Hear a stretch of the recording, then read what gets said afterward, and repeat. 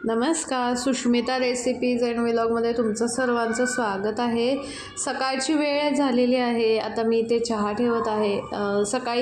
सकाळचं आजचं रुटीन काय आहे हे मी तुम्हाला दाखवते। आज कोणती भाजी बनवलेली आहे हे मी तुम्हाला दाखवते। त्याच्या आधी मी चहा ठेवलेला आहे, उठल्यानंतर दूध तापवलं, आता मी चहा ठेवते।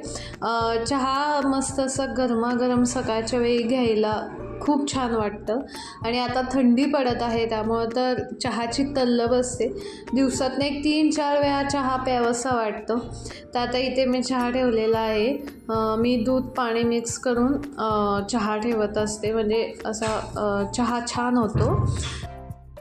परवा मी तुळशीबागेत गेले होते। मागच्या व्हिडिओमध्ये मी तुम्हाला दाखवले की मी उलथनं विकत घेतलं, त्याच पद्धतीनं मी हे चहाचं भांडंसुद्धा विकत घेतलं। तर या नवीन भांड्यामध्ये मी चहा ठेवलेला होता, आता मी ओतून घेते। आणि कपसुद्धा मी परवा तुळशीबागेतनं नवीन घेतलेले आहेत, त्यामुळं 2-3 वस्तू ज्या आहेत त्या माझ्या भांड्यांमध्ये ॲड झालेल्या आहेत, नवीन ॲड झालेल्या आहेत। आता मी इथं भाजीची तयारी करत आहे। कांदा चिरून घेत आहे, टोमॅटो चिरून घेत आहे। तर मी गवारची भाजी बनवत आहे। गवारीची भाजी जी आहे ती सकाळच्या वेळेत पटकन होते, पण जर आदल्या दिवशी निवडली असेल तर ती अजून इझी होते। मी गवार निवडलेलीच आणलेली होती। आता इथे मी कांदा टोमॅटो चिरून घेते। मी वेगळ्या पद्धतीनं आज गवारीची भाजी बनवते आहे, तुम्ही नक्की बघा। तर इथे मी कांदा आणि टोमॅटो बारीक चिरून घेतलेला आहे, त्यानंतर कढीपत्ता थोडासा घेतलेला आहे आणि थोडीशी कोथिंबीरसुद्धा चिरून घेतलेली आहे।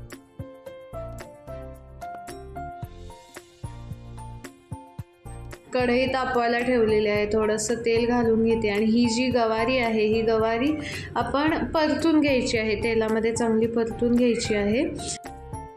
इथे मी गवार निवडलेलीच आणलेली होती, तर ती आदल्या दिवशी रात्री मी फ्रीजमधून बाहेर काढून ठेवलेली होती। आता परतून घेते, त्यामुळे लवकर शिजते ही भाजी।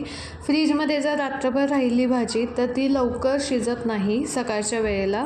तर इथे मी चांगली परतून घेते, गॅस मिडियम ठेवलेला आहे आणि परतून घेत आहे। आता मी हे एका डिशमध्ये काढून घेते आहे। थोडं परतून झाल्यानंतर त्यानंतर मी आता तेल घालून घेते भाजीसाठी। तर थोडं कमी तेल घालायचं आहे, कारण आपण ह्याच्यामध्ये शेंगदाण्याचा कूट घालतो, तर त्याला तेल सुटेल म्हणून। आता मी इथं जिरं मोहरी घातलेले आहे, थोडीशी हिंग घातलेला आहे। आता कढीपत्ता घातलेला आहे। कढीपत्ता तडतडल्यानंतर त्यामध्ये कांदा जो बारीक चिरलेला होता तो मी त्यामध्ये घातलेला आहे। लसूण घालायचा असेल तर तुम्ही लसूणसुद्धा घालू शकता, तेलामध्ये चांगला खरपूस भाजून घेऊ शकता। तर आता मी इथे कांदा चांगला परतून झाल्यानंतर टोमॅटो घालून घेते आहे। दोन्ही कांदा आणि टोमॅटो बारीक गॅसवर परतून घ्यायचे आहेत।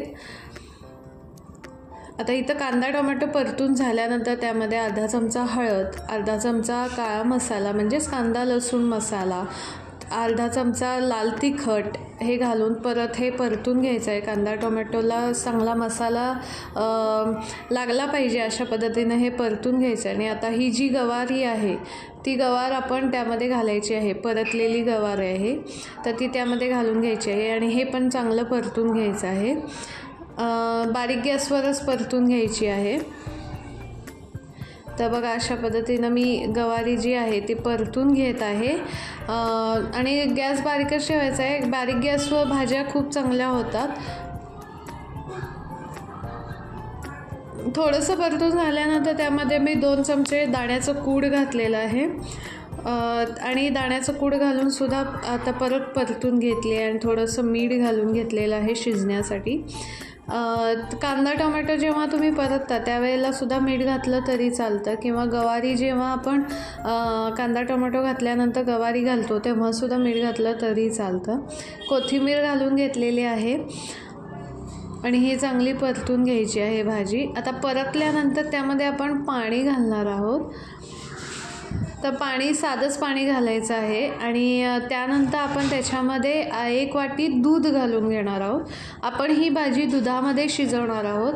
तुम्ही दुधामध्ये सुद्धा शिजवू शकता पाणी न घालता, किंवा पाणी घालून दूधसुद्धा घालू शकता, दोन्ही घालू शकता। मी तर थोडं पाणी आणि थोडं दूध घातलं आहे आणि गुळाचा खडा घातलेला आहे।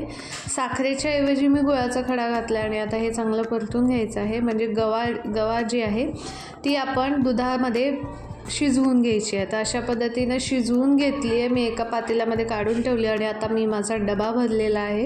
हे बघा माझा डबा भरलेला आहे पोळी आणि भाजी. तर अशा पद्धतीने ही भाजी दिसते. रेसिपी आवडली असेल तर लाईक शेअर सबस्क्राईब करा. चला भेटूया नेक्स्ट व्हिडिओमध्ये. धन्यवाद.